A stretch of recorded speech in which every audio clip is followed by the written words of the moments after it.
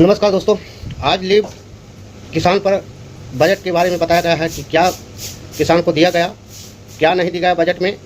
इस पर कांग्रेस के वरिष्ठ नेता ने चर्चा किया है, उसमें क्वेश्चन आंसर भी किया गया है। पूरा सुनिए और समझिए कि क्या ये बजट में किसानों के लिए लाभ हुआ है या हानि हुआ है, क्या बगैर क्वेश्चन किया गया है, ये समझिए और सुनिए। Agriculture Minister admitted that all that they are doing, that they are only doing politics by holding 35, 40, 42 meetings of the committee constituted at the instance of the agitating farmers in July 2022. The Agriculture Minister admitted that in 2 years the committee has done zilch, it has done zero. So it is very clear, Modi government has today backstabbed the farmers of India, backstabbed 72 crore andatas by saying that A, they will not frame a law of guaranteeing minimum support price. 2, that they will never give C2 plus 50% as MSP in accordance with the report of the Swaminathan Commission.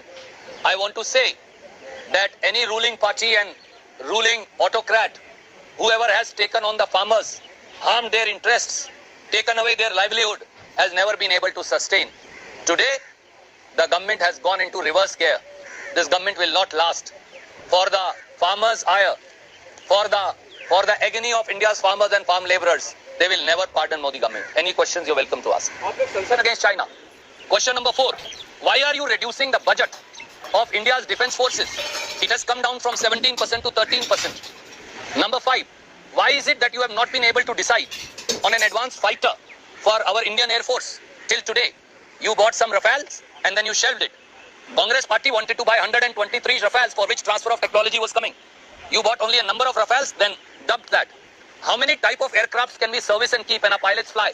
You have Mirages, you have MiG-21s, now you have Rafales. Now you are trying to buy one more type of aircraft. How will my pilot fly all these type of aircrafts? And would it not cost maintenance, service, training? आदरणीय साथी, दरार का प्रश्न नहीं, सवाल बड़ा सीधा है। बजट के अंदर पश्चिम बंगाल को, ओडिशा को, झारखंड को, उत्तर प्रदेश को, पंजाब और हरियाणा को, राजस्थान, मध्य प्रदेश, महाराष्ट्र को, तेलंगाना और कर्नाटका को, केरला को, अधिकतर तमिलनाडु को, अधिकतर प्रांतों को कुछ नहीं दिया गया, क्योंकि ये बजट बजाय देश के 144 करोड़ों के भले के, ये बजट कुर्सी बचाओ, साथी पटाओ और बदला लेते जाओ बजट बन गया है।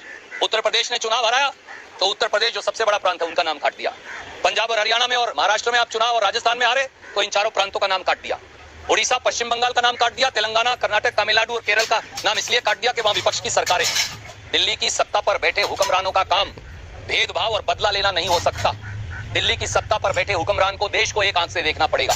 कभी आप सिखों से बदला लेते हैं, कभी आप किसानों से बदला लेते हैं, कभी आप मुसलमानों से बदला लेते हैं, कभी आप कर्नाटक और तेलंगाना, तमिलनाडु और केरल से बदला लेते हैं, कभी आप पश्चिम बंगाल से बदला लेते हैं, कभी आप राजस्थान और दूसरे क्षेत्रों से बदला लेते हैं। ये बदला और बदली की सरकार कब तक चलेगी, सवाल ये है। कोई साथी फिर भी जाना चाहे अपने स्टेट का पक्ष रखने के लिए, इसमें क्या बुराई है, उनकी मर्जी। Last This is related to the UP BJP which is going on. I think the meeting had taken place of 18 mandals, but in that particular meeting, both the Deputy Chief Minister didn't participate, and the state unit chief was also not being there. A meeting which was being called by the Chief Minister Yogi Adityanath. How do you see this? देखिए, उत्तर प्रदेश भाजपा और उत्तर प्रदेश भाजपा की सरकार में जूतों में दाल but रही है। उप मुख्यमंत्री को दिल्ली बुलाकर ये बताया जा रहा है कि इशारा किया गया कि योगी जी को ठोक दो। अब मुझे नहीं पता ये दिल्ली में प्रधानमंत्री इशारा कर रहे हैं, अमित शाह जी इशारा कर रहे हैं या नड्डा जी कर रहे हैं, तो वही जाने, उनका घर है। योगी जी अपने उप मुख्यमंत्री और पार्टी के प्रधान को ठोक रहे हैं। अब लगता है बीजेपी में आपसी बुलडोजर वार चल रही है। वो उस पर बुलडोजर चढ़ाता है, वो उस पर बुलडोजर चलाता, चढ़ाइए, ये हमारा काम भी नहीं है देखना, क्योंकि उनकी पार्टी है। पर उस प्रोसेस में, उस प्रक्रिया में यूपी के हितों पर दिल्ली की सरकार भी बुलडोजर चला रही है, और यूपी की सरकार जो निकम्मी, नाकारा और निकट्टू बन गई है, वो यूपी के लोगों के हितों पर बुलडोजर चला रही है। ये हम कभी स्वीकार नहीं करेंगे, और जनता के लिए केवल और केवल इंडिया गठबंधन, वो कांग्रेस हो, वो सपा हो, हम मिलकर संघर्ष करेंगे। धन्यवाद। और भी बच गया